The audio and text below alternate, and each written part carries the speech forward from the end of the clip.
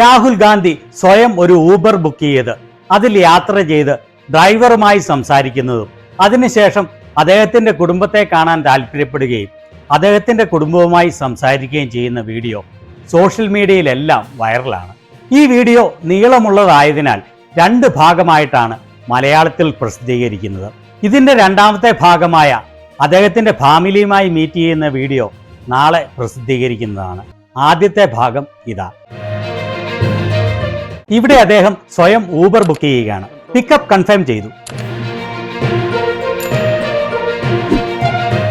നമസ്കാരം സഹോദര, എന്തൊക്കെയുണ്ട് വിശേഷങ്ങൾ? സുഖമായിരിക്കുന്നു. പേരെന്താണ്? സുനിൽ ഉപാധ്യായ. താങ്കൾ എവിടെ നിന്നാണ്? ഞാൻ യുപിയിലെ ഈറ്റായിൽ നിന്നാണ്. ഏട്ടായിൽ നിന്നുള്ള ഉപാധ്യായ ജി. എത്ര നാളായി വണ്ടി ഓടിക്കുന്നു? 5 വർഷമായി. ഇതിനു മുൻപ് എന്താണ് ചെയ്തുകൊണ്ടിരുന്നത്? കമ്പനിയിൽ ജോലി ചെയ്യുകയായിരുന്നു. പിന്നീട് വിവാഹം കഴിഞ്ഞു. അതിനുശേഷം ഈ ജോലിയിലേക്ക് മാറി. ദിവസം എത്ര മണിക്കൂർ ജോലി ചെയ്യും? അതിൽ ഒരു കൃത്യതയില്ല. ചിലപ്പോൾ 12-14 മണിക്കൂർ, ചിലപ്പോൾ പണിയൊന്നുമില്ലാതെ വെറുതെ ഇരിക്കേണ്ടി വരും. മുൻപ് പെട്രോളിന് വിലക്കുറവ് ഉണ്ടായിരുന്നപ്പോൾ ഉള്ള അതേ റേറ്റ് തന്നെയാണ് ഇപ്പോൾ 90-95 രൂപ വിലയുള്ളപ്പോഴും ഉള്ളത്. ടാക്സി ഡ്രൈവർമാരുടെ കാര്യത്തിൽ ആർക്കും ശ്രദ്ധയില്ല. ഒരു വാഹനവും പോവുകയില്ലാത്ത സ്ഥലത്ത് വരെ ഓലയും ഊബറും പോകേണ്ടി വരും. അത് കൊടുങ്കാറ്റുണ്ടെങ്കിലും പേമാരി ഉണ്ടെങ്കിലും വഴി നിറയെ ബോണറ്റിന്റെ ഉയരത്തിൽ വെള്ളമുണ്ടെങ്കിലും കസ്റ്റമർ ഇറങ്ങുകയില്ല. എന്നെ അവിടെ തന്നെ എത്തിക്കണം എന്ന് പറയും. 2011-2012 നല്ല കാലമായിരുന്നു. അന്ന് സ്വയം വണ്ടി മെയിൻറ്റെയിൻ ചെയ്തിരുന്നു. ജോലിയിൽ നിൽക്കുന്നതിന് വേണ്ടി അന്ന് കമ്പനി 10,000 രൂപ പേ ചെയ്യുമായിരുന്നു. അതായത് ആദ്യം അവർ നിങ്ങളെ കെണിയിൽ വീഴിച്ചു, പിന്നെ കുരുക്കുമുറുക്കി അല്ലേ? അതെ, ഒരു ഗുണവുമില്ല. താങ്കൾ എത്ര വരെ പഠിച്ചിട്ടുണ്ട്? ഞാൻ ഡിഗ്രി പൂർത്തിയാക്കി. ITI പഠിച്ചു. യമഹയിൽ ജോലി ചെയ്തു. യമഹയിൽ അപ്രന്റീസ്ഷിപ്പ് കഴിഞ്ഞപ്പോൾ അവർ പറഞ്ഞു വിട്ടു. യമഹ കമ്പനിയോ? അതെ. നിങ്ങളുടെ ഇവിടുത്തെ ജോലി തീർന്നു, ഇനി മറ്റു വല്ല കമ്പനിയിലും ട്രൈ ചെയ്യൂ എന്ന് പറഞ്ഞു. പിന്നീട് ഞാൻ സ്വയം വണ്ടി ഓടിക്കാൻ തുടങ്ങി. താങ്കളുടെ ഒറിജിനൽ പ്ലാൻ കമ്പനിയിൽ ജോലി ചെയ്യുക എന്നുള്ളതായിരുന്നു അല്ലേ? അതെ. ITI ചെയ്തു, കമ്പനിയിൽ ജോലി ചെയ്തു. ഫൈനൽ ഇൻസ്പെക്ഷനിലായിരുന്നു. വണ്ടി ടെസ്റ്റ് ചെയ്യുക എന്നുള്ളതായിരുന്നു എന്റെ ജോലി. എന്ത് ടെസ്റ്റിംഗ് ആയിരുന്നു നടത്തിയിരുന്നത്? സ്കൂട്ടി, യമഹയുടെ ബൈക്ക് എന്നിവ. പിന്നെ എന്തുകൊണ്ടാണ് അവർ നിങ്ങളെ ജോലി തുടരാൻ അനുവദിക്കാത്തത്? അങ്ങനെ ചെയ്തെങ്കിൽ പെർമനന്റ് ആകുമല്ലോ. അങ്ങനെ ആരെയും പെർമനന്റ് ആക്കരുത് എന്നായിരുന്നു കമ്പനിയുടെ പോളിസി. 6 മാസം നിർത്തിയ ശേഷം പറഞ്ഞു, എന്റെ വണ്ടി പണിക്ക് കയറ്റിയിരിക്കുകയാണ്. അപ്രതീക്ഷിതമായി ഈ ഡ്യൂട്ടി 2 പ്രാവശ്യം എന്റെ അടുത്ത് വന്നു. ഞാൻ ഓർത്തു, വണ്ടി റെന്റ് ചെയ്യേണ്ട. 4 മണിക്കൂർ വണ്ടി ഓടിക്കുമ്പോൾ 800 രൂപ മാത്രമാണ് കിട്ടുന്നത്. റെന്റ് ചെയ്തില്ലെങ്കിൽ ഇരട്ടി പണം ലഭിക്കും. താങ്കളോട് 1500 രൂപ ചാർജ് ചെയ്യുമ്പോൾ 800 രൂപ മാത്രമാണ് എനിക്ക് ലഭിക്കുന്നത്. താങ്കൾ ചിന്തിക്കാറില്ലേ, തെരഞ്ഞെടുക്കപ്പെട്ട ചില ആൾക്കാർ വലിയ പണക്കാരായി മാറുന്നു. ബഹുഭൂരിപക്ഷം വരുന്ന 90% ആൾക്കാരുടെ ജീവിതം ദിനം പ്രതി കഷ്ടത്തിലാകുന്നു. അതെ സാർ, ആ സിസ്റ്റമാണ് ഇവിടെ നടന്നുകൊണ്ടിരിക്കുന്നത്. രാജസ്ഥാനിൽ ഞങ്ങളുടെ സർക്കാർ ആയിരുന്നപ്പോൾ ഞങ്ങൾ ഒരു നിയമം കൊണ്ടുവന്നിരുന്നു. ഓല, ഊബർ, ഡെലിവറി സർവീസ് എന്നിവ ചെയ്യുന്നവരുടെ പെൻഷൻ ഫണ്ടിലേക്ക് ഓരോ ട്രാൻസാക്ഷനിൽ നിന്നും കമ്പനി ഒരു ചെറിയ തുക നിക്ഷേപിക്കുക. അതായത് താങ്കൾക്ക് ഒരു റൈഡ് കിട്ടിയെന്ന് വിചാരിക്കുക. അതിൽ നിന്നും കിട്ടുന്ന തുകയിൽ ഒരു ചെറിയ തുക കമ്പനി പെൻഷൻ ഫണ്ടിലേക്ക് മാറ്റിവെച്ച് താങ്കൾക്ക് പിന്നീട് പെൻഷനായി കഴിയുമ്പോൾ ലഭിക്കും.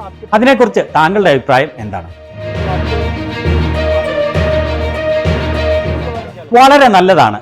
അത് അല്പം സുരക്ഷിതത്വം ലഭിക്കും. പിന്നീട് ആവശ്യ സമയത്ത് ഉപയോഗിക്കാൻ സാധിക്കും.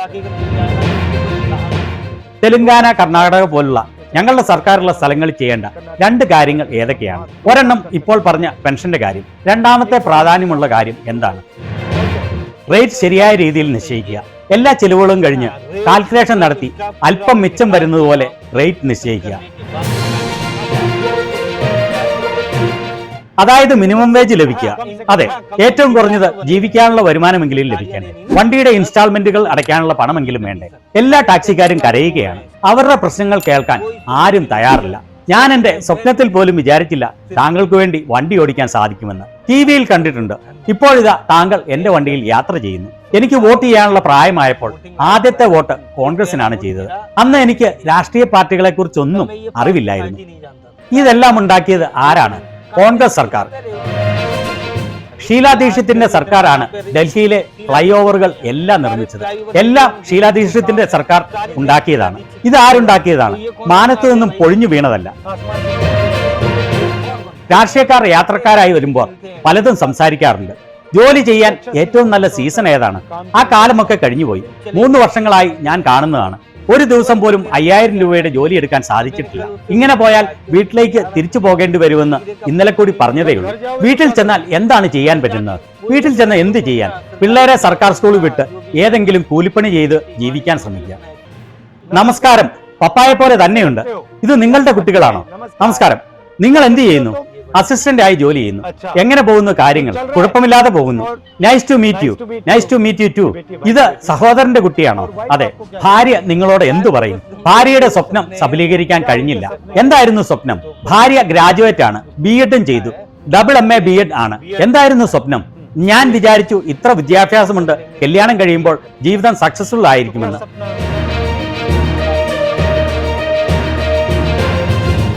താങ്കൾക്ക് അല്പമെങ്കിലും പൈസ സേവ് ചെയ്യാൻ സാധിക്കുമോ? ഇന്ന് കിട്ടുന്ന പൈസ റേഷന് കൊടുക്കണം. നാളെ എന്തെങ്കിലും കിട്ടിയാൽ അത് മറ്റു ചില ചെലവുകൾക്ക്. ഉണ്ടാക്കുന്നതെല്ലാം നിത്യ ചെലവിന് പോലും തികയില്ല. ഈ കാണുന്നത് ഓരോ ദിവസത്തെയും ട്രാൻസാക്ഷനുകളാണ്. അതിൽ നിന്ന് ഗ്യാസിനും മറ്റു ചെലവുകൾക്കുമുള്ള പൈസ വേണം. കുട്ടികളെ വെക്കേഷൻ കൊണ്ടുപോകാനോ ഒന്നും സാധിക്കുകയില്ല. നിത്യ ചെലവ് നടത്താൻ തന്നെ ബുദ്ധിമുട്ടാണ്. 5 വർഷമായി ഇങ്ങനെയാണ്. 4 മണിക്ക് തുടങ്ങിയതാണ്. എന്നിട്ട് ഇന്നത്തെ ആദ്യ റൈഡാണോ ഇത്? ഇത് ആദ്യത്തെ റൈഡാണ്. വീട്ടിൽ നിന്ന് വരുന്നതിന് 20 കിലോമീറ്റർ ഡ്രൈവ് ചെയ്യണം. 400 രൂപയുടെ പെട്രോൾ അടിച്ചു. ഇന്നലെ എത്ര ട്രിപ്പ് നടത്തി? ഒരെണ്ണം. അത്രയേ ഉള്ളൂ? അതെ.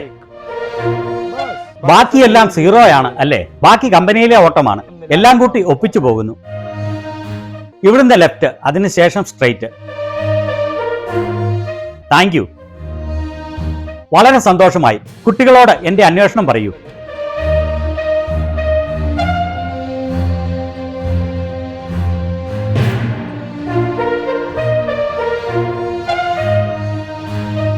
ഞാൻ അക്ബർ റോഡിലൂടെ പോകുകയായിരുന്നു. അപ്പോൾ ഓൺലൈനിൽ ഈ ഓട്ടം വന്നു. എനിക്ക് വളരെ അത്ഭുതം തോന്നി. രാഹുൽ ഗാന്ധി എന്റെ വണ്ടിയിൽ, അതും ടാക്സിയിൽ യാത്ര ചെയ്യുന്നത്. ഇങ്ങനെയൊക്കെ സംഭവിച്ചു എന്ന് എനിക്ക് ഇപ്പോഴും വിശ്വസിക്കാനാവുന്നില്ല. അദ്ദേഹത്തെ കണ്ടതിൽ വളരെ സന്തോഷം തോന്നി. മനസ്സ് തുറന്ന് ഒരു മടിയും കൂടാതെ സംസാരിച്ചു. അദ്ദേഹം ചോദിച്ചു. ഞാൻ എന്റെ കഥയെല്ലാം അദ്ദേഹത്തോട് പറഞ്ഞു. പിറ്റേ ദിവസം എനിക്ക് കോൾ വന്നു. എന്റെ കുടുംബത്തെ കാണാൻ അദ്ദേഹത്തിന് താല്പര്യമുണ്ടെന്ന്.